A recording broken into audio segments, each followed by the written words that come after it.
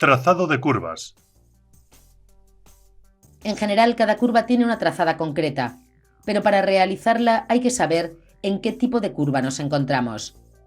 En una curva hay que intentar que el radio a seguir por la moto sea el mayor posible, ya que de esta manera los niveles de seguridad son mayores.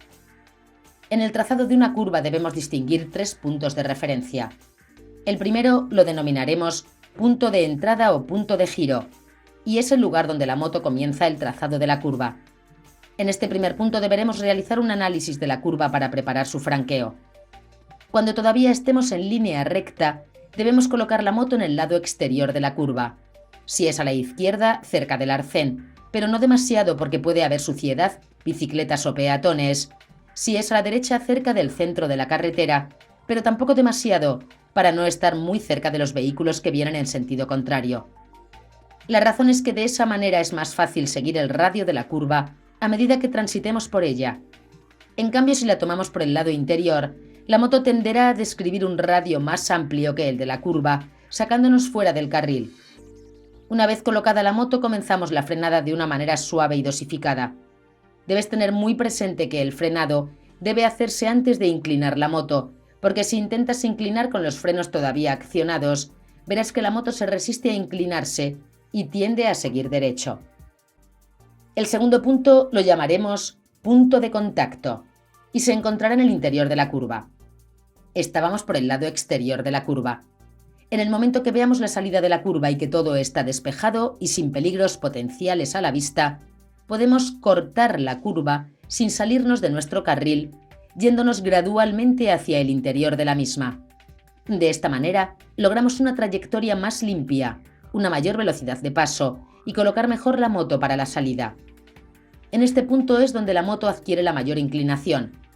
Os indicamos que en línea recta ocupamos un espacio no superior a los 80 centímetros normalmente, pero al inclinar aumentamos en un 50% este espacio, llegando fácilmente a 1,20 metros, por lo que al inclinar deberemos mantener todo el espacio en nuestro sentido de la marcha.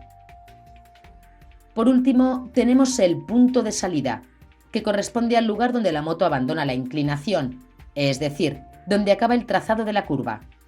Este punto de nuevo se encuentra en el exterior de la curva.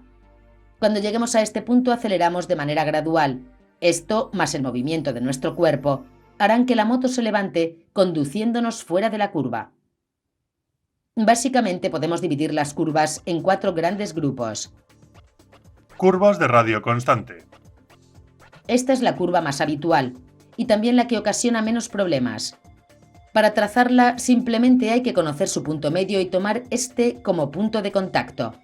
Los puntos de entrada y salida se encuentran equidistantes de este y dependen del radio de la curva y la anchura de la pista. Curvas de radio creciente. En este caso la curva es más cerrada al principio que al final, por lo que hay que adelantar el punto de contacto respecto a la mitad de la curva, ya que la trayectoria puede abrirse posteriormente ayudados por el mayor radio de la curva que ofrece espacio extra hacia el exterior. Curvas de radio decreciente. En este caso, el hecho de que cada vez haya menos espacio disponible en el exterior de la curva obliga a retrasar el punto de contacto respecto a la mitad de la curva. Estas curvas son las más peligrosas, ya que, mientras en una curva de radio creciente, una entrada retrasada lo único que hace es impedir que se alcance más velocidad, en una de radio decreciente, el adelantar la entrada supone girar con un radio mayor del permitido y, por tanto, con mayor velocidad de la aconsejada. La moto deja de tener espacio en el exterior y hay que reducir la velocidad. Curvas enlazadas.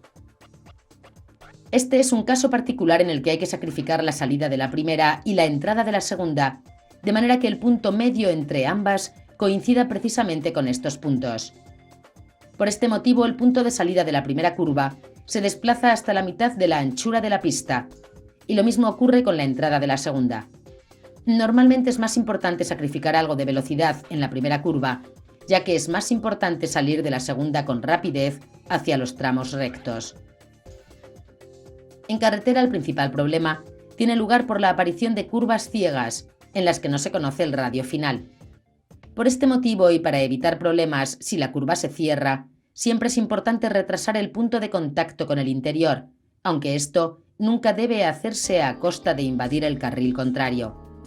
También es importante el uso del acelerador en curva, ya que al acelerar la moto tiende a levantarse, subvirar, y al decelerar tiende a girar o inclinar más, sobrevirar.